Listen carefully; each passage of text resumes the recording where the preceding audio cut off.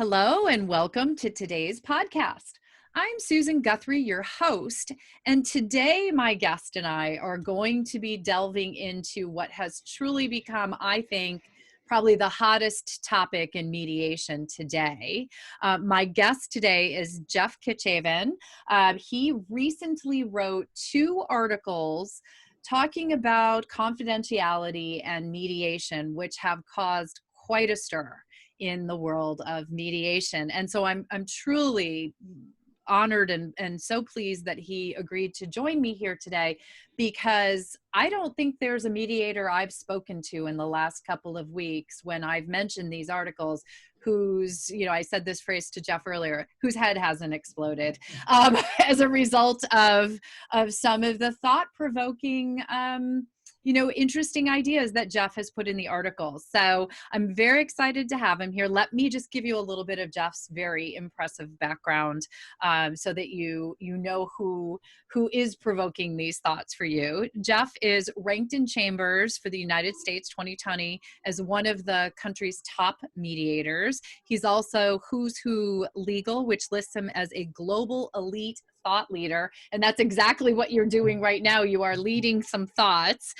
He's also, this sums it up. He's an honors graduate of Harvard Law School and a Phi Beta Kappa graduate of UC Berkeley. So we have a very educated and leader in thought-provoking ideas joining us today. So Jeff Kichaven, thank you so much for joining me.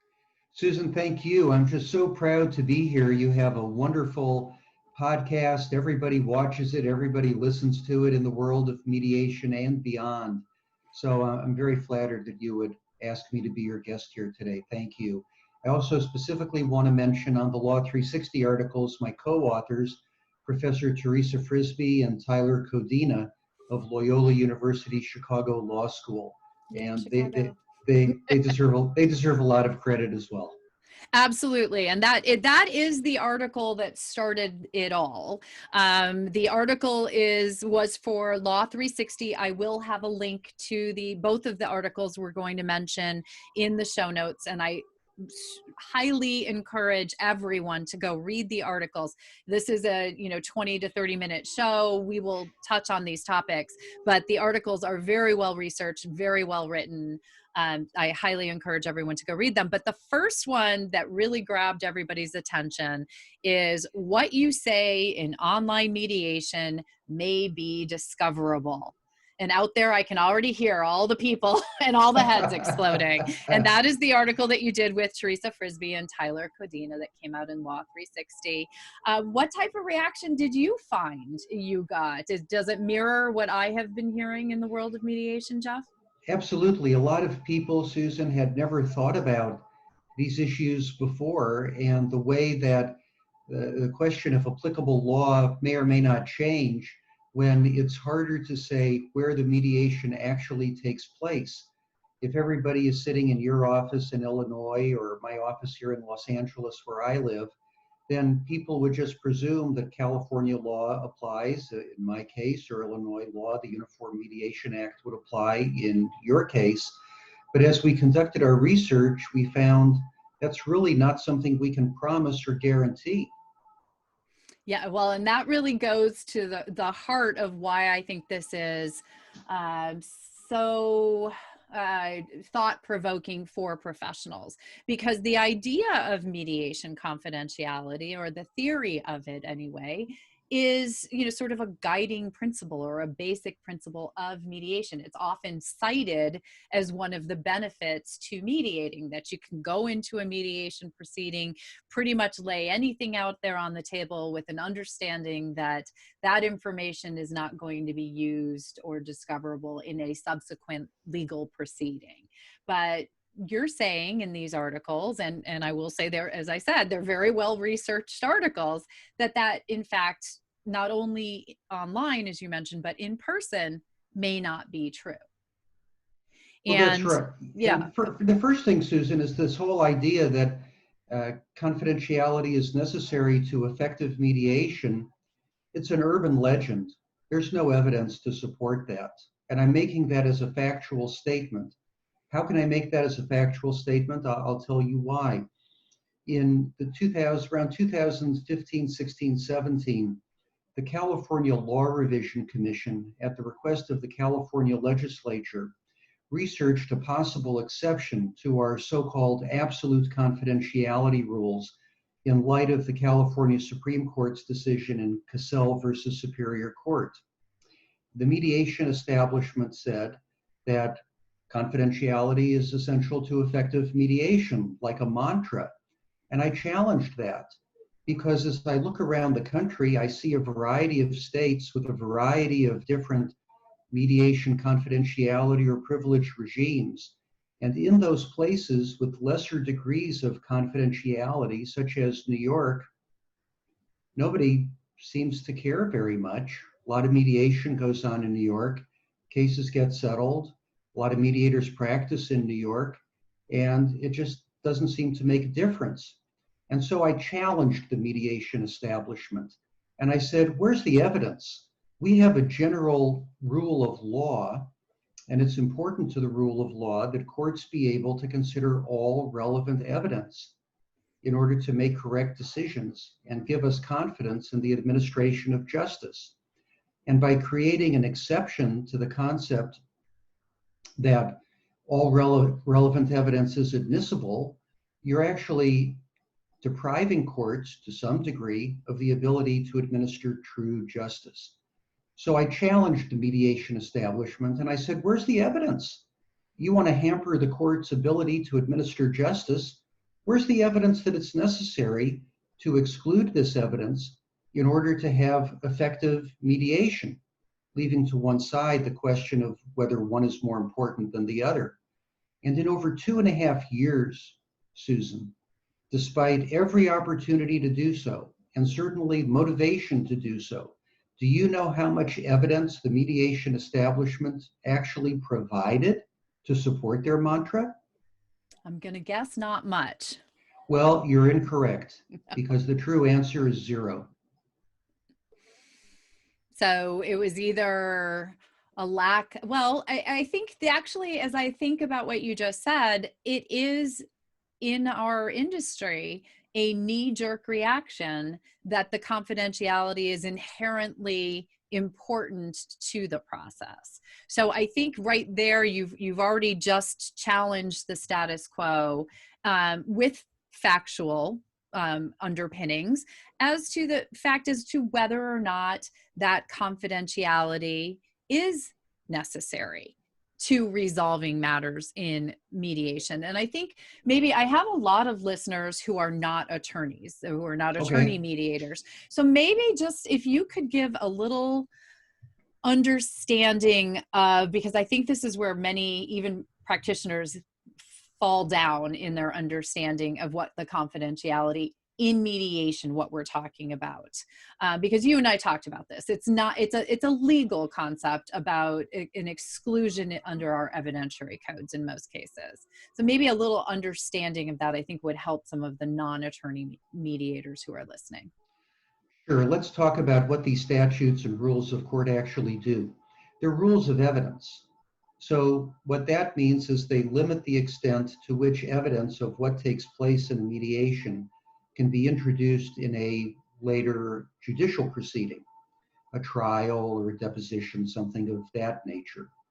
In some states, it's set up as a privilege. In Illinois, it's a privilege under the Uniform Mediation Act. In California, it's set up as a confidentiality statute. It's not a privilege. It's not in the chapter of the Evidence Code on privilege. It's in the same chapter of the Evidence Code as, for example, excluding evidence of subsequent remedial acts. Now, why does this make a difference? It makes an analytic difference because privileges, such as the one in the Uniform Mediation Act, can be waived by conduct, can be waived impliedly by the way people behave, and can be waived by certain kinds of disclosures people make outside the courtroom. The confidentiality statute in California cannot be waived by those kinds of conduct. So it's important analytically to decide, in terms of the statute you're applying, is it a privilege statute? Is it a confidentiality statute? Is it something else entirely? In New York, they operate with an analog of Federal Rule of Evidence 408. And that provides only very minimal protection for any settlement negotiation, whether it's in mediation or outside of mediation. And Rule 408 and the New York rule provides only that evidence of offers and demands made cannot be introduced to prove the weakness or strength of claims or defenses in the lawsuit, that's in the claim that's being negotiated. And that's almost no confidentiality at all. Right. And yet in New York, people seem to do just fine. If you take a look at the number of volunteer mediators on the court panels in the Southern District, the Eastern District of New York, there's hundreds. If you take a look at advertising for commercial providers in New York City and other places in New York, there's lots and lots of people who are apparently making a living as mediators, or at least think it's possible to. So the question of why this kind of statutory confidentiality or privilege is necessary to effective mediation is a question to which I do not know the answer. Right. Well, and I think that's a wonderful summary, and actually better than I ever could have pulled that together. But what it really does for me, and I think for listeners, is point out the problem that you run into when you are mediating, and it could be in person, but it's much more likely to happen online, where participants may be in multiple jurisdictions. Your summary of all the different laws and codes that may apply to mediation and confidentiality around what happens in mediation, it varies state by state. And when your participants might be in all those different states, you run into the issue of what state's laws apply.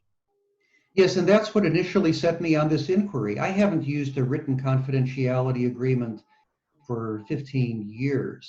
And I stopped using them because I realized that so many mediators put liability waivers into their confidentiality agreement, which I find to be immoral and completely inappropriate. But in any case, we can discuss that more in a minute if you wish. But in any case, I was just thinking about, well, what happens?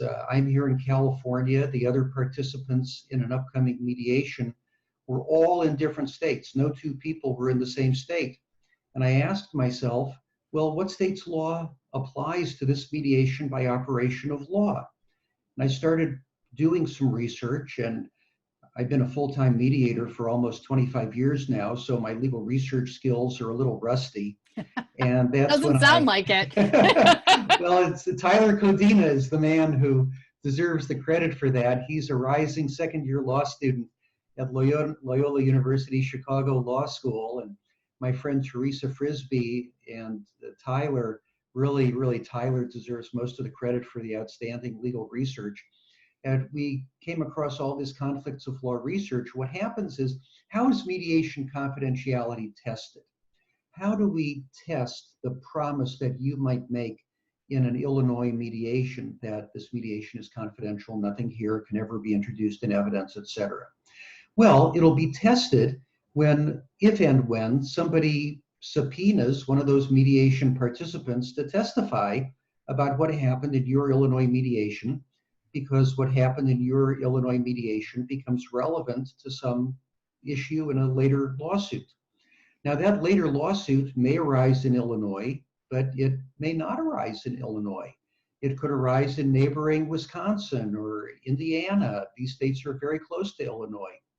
So Tyler found this fascinating case, 10th Circuit case called Larson versus Larson, where a mediation took place with everyone physically in Colorado. And they signed a confidentiality agreement saying Colorado law applies to this mediation. We promise not to use evidence of what happened in this mediation ever in evidence, period. And then there was a proceeding in Wyoming to enforce an oral settlement agreement which had been reached at the mediation. And there was a dispute between siblings. One of the siblings tried to resist production of his PowerPoint, and two of his siblings tried to compel production of his PowerPoint in the federal district court in Wyoming. And Wyoming has laws which are much less protective of mediation confidentiality. The district court in Wyoming considered the reliance interest that everyone had in Colorado law and the contract that people had signed, swearing confidentiality. And the district court in Colorado didn't care. They ordered production of Charles Larson's PowerPoint, and the 10th Circuit affirmed. And the reason is this fundamental rule of evidence: all relevant evidence is admissible. And the reason we have that rule of law is because we want courts to make correct decisions in the cases before them. And the Wyoming courts found that Wyoming public policy was more important than the contract and Colorado public policy, and ordered production of Charles Larson's PowerPoint. And as Theresa, Tyler, and I said in the article, this may not concern you too much because you may not be that worried about something in your Illinois mediation becoming relevant to a later case in Wyoming. It's a sparsely populated state. It doesn't have the volume of litigation some other states. But then when we started to look into New York law, and we realized that there are New York cases, recent cases, where New York courts disregard the more protective privilege laws of other states and compel people to produce evidence and documents and testimony because New York public policy is only minimally protective of settlement communications and certain other things. That's when we thought we really were onto something, because at least in the commercial world, the chance that what happens in your mediation could become relevant to a later proceeding in New York is much greater and something to take seriously. Oh, absolutely. There, you say, let's take our saga to the Big Apple Right. in the article, and I underline that because that is where you start. I mean, I can imagine mediators listening to this right now, all sitting up and taking notice, especially when you said earlier, New York's, New York's laws have a very low level of mediation confidentiality. It was really, I think you described it as only offers. It's the Rule 408 standard, yes. Yeah. So I wish I could cite the Rule 408 standard as easily as you do. That in and of itself is impressive. Well, Susan, as my young adult children sometimes say, Dad, you spend all your time thinking about this? Yeah, well. Well, but it's fascinating. And I think that this is a question, as I do all my trainings around the country, around the world, this is a question that has come up. And I've had several people say, well, you don't need to worry about this because if you make a choice of laws in your agreement, this agreement is going to be governed by the laws of the state as you had in Colorado. As you had in Larson. That's exactly what happened in Larson. Exactly. And then here we go with that exploding heads again, right? Everybody's saying, what do you mean the choice of law didn't control? And you're saying the court said in Wyoming that public policy trumped the contractual provision. Well, that's right. For example, some states have an accountant-client privilege. Yes. I believe Arizona does. I believe Texas does. California does not. I'm not sure about Illinois. But if I were to go into my accountant and say, oh, by the way, in your engagement letter, would you please put a provision that the Arizona or Texas accountant-client privilege applies to our discussions with each other in preparation of my tax returns? The California accountant might or might not do it, but I don't think that would make any difference. I don't think a California court or any other court would say that my accountant-client relationship in California should be governed by Arizona law. That's against California public policy and the public policy of many other states, and disregard it. But even where it makes more sense, for example, the New York case we cited in the article, People of New York versus PricewaterhouseCoopers, involved Exxon's relationship with its accountant, PricewaterhouseCoopers, which largely took place in Texas, which the court noted has an accountant-client privilege. Well, the Attorney General, the former Attorney General of New York, subpoenaed PricewaterhouseCoopers in connection with its climate change lawsuit against Exxon and wanted production of documents and testimony that went forth between them. And although it would seem natural, both companies were headquartered, the relationship took place in Texas, the communications took place in Texas, There was undoubtedly reliance on the Texas accountant-client privilege. The New York courts didn't care. They wanted that evidence before them, and they compelled PricewaterhouseCoopers to produce documents and testimony regarding its relationship with Exxon. So you can put it in a contract all you want, and a court might honor it, but you're making a promise. And if some court in New York or Wyoming or any place else breaks your promise for you, there are consequences. If you have induced a level of candor which otherwise would not have happened, and then that excessive candor later turns out to haunt the party who made those disclosures, then there are potential claims against you. Negligent misrepresentation, breach of contract. And the question is, do you want to be the mediator who someday is sitting there in a courtroom as the jury chews over your fate?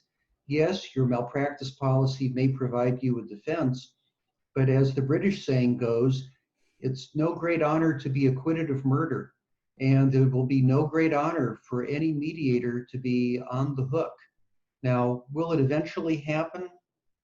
Given enough time and enough cases, sooner or later, somebody will be sufficiently disappointed and angered by what happens. Give it enough time, it'll happen. Well, especially, in light of at least what I see as a surge of litigation moving over to mediation as we go through quarantine, COVID, the pandemic. We're seeing a great deal more mediation just in general, but certainly online mediation, where we have this issue of people participating all around the country or around the world.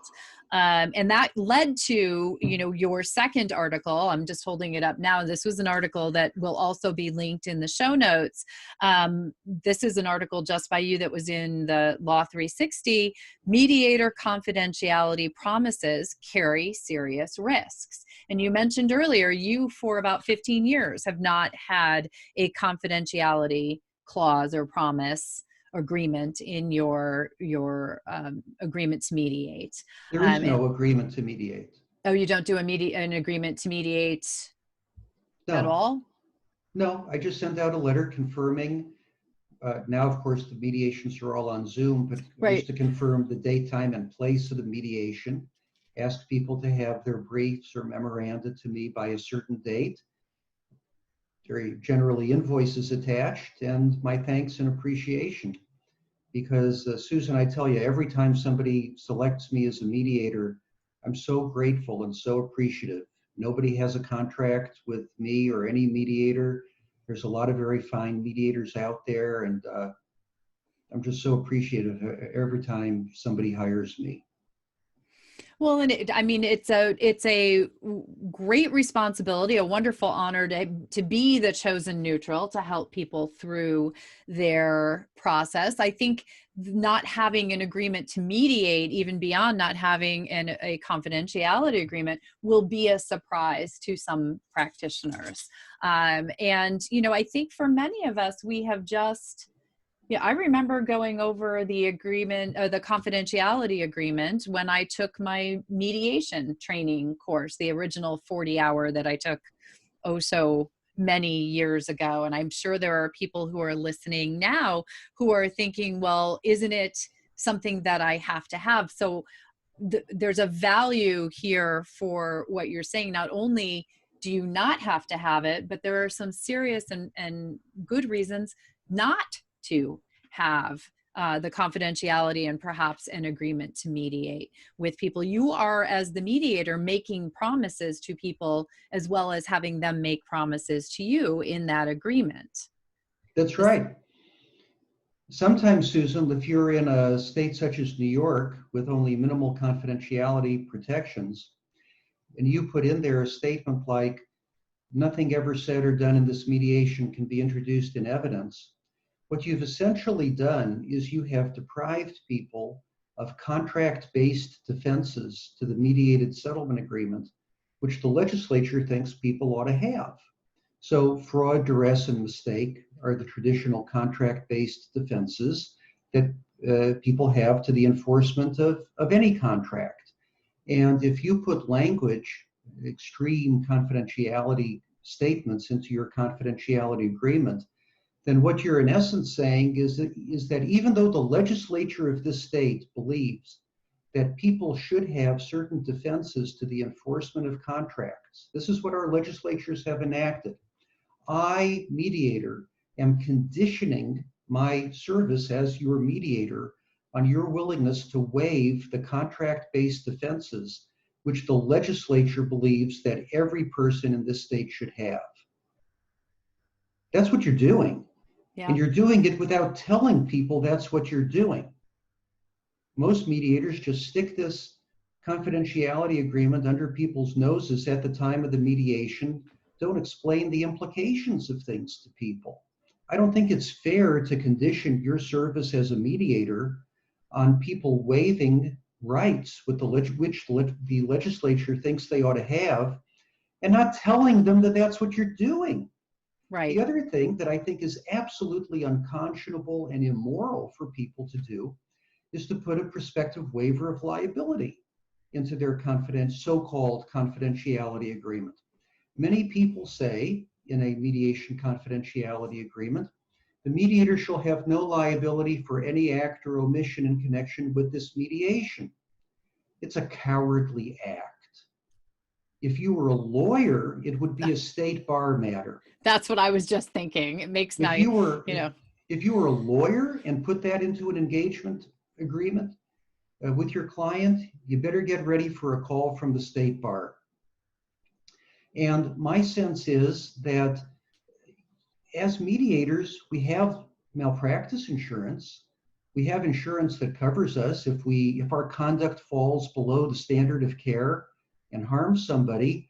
We should be eager to make them whole as a matter of ethics and morality, and not eager to prevent them from being made whole.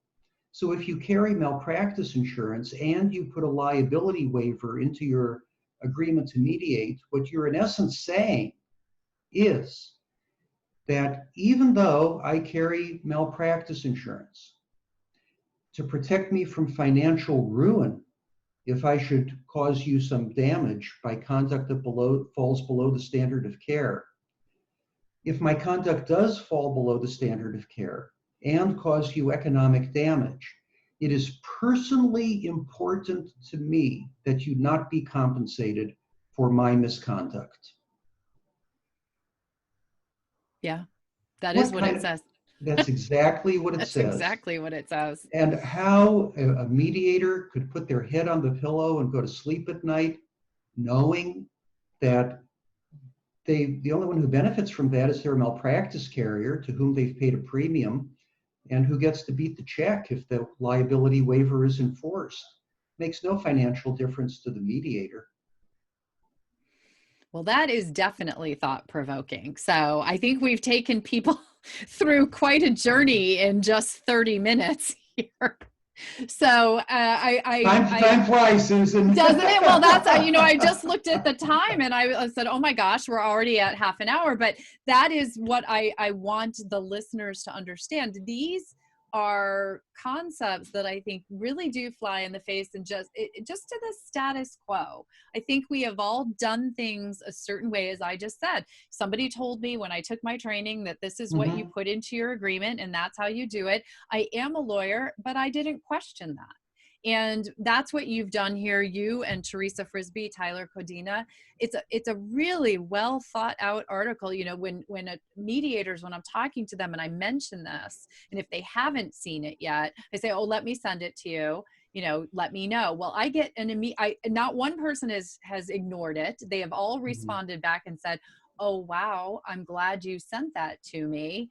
This deserves some thought. This deserves a conversation. So bravo to you, Jeff, Thank you, Susan.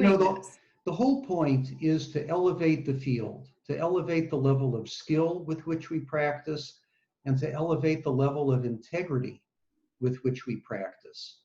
Those are things that are very important to me personally. And if these articles help the field or profession of mediation practice at higher levels of skill and integrity, then that makes me, that's good. Well, That's good. I think you can check that box because Thank you. it is, you have changed the way that I look at these two areas really for me. You will change the way that I practice going forward as a mediator. And you've also just challenged me in a way of, I think it's always good for us all to realize that we need to challenge the status quo. We need to ask questions about why we do certain things and the way we do things. This is one area, but I think that's a scrutiny that our lives can hold up to, or should be held up to at times in our lives. So thank you very much. I want to make sure 30 minutes did go by very quickly. I want to make sure people can reach out to you with questions or want to get in touch with you about your services. Yes, thank you. If people have a question, they deserve an answer. My email is my initials, JK, at my name, jeffkichaven.com. And my cell phone number is area code 310-721-5785.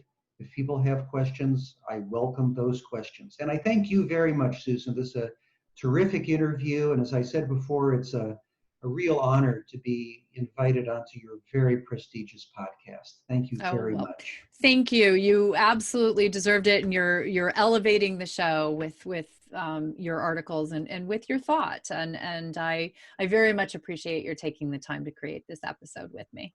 Thank you.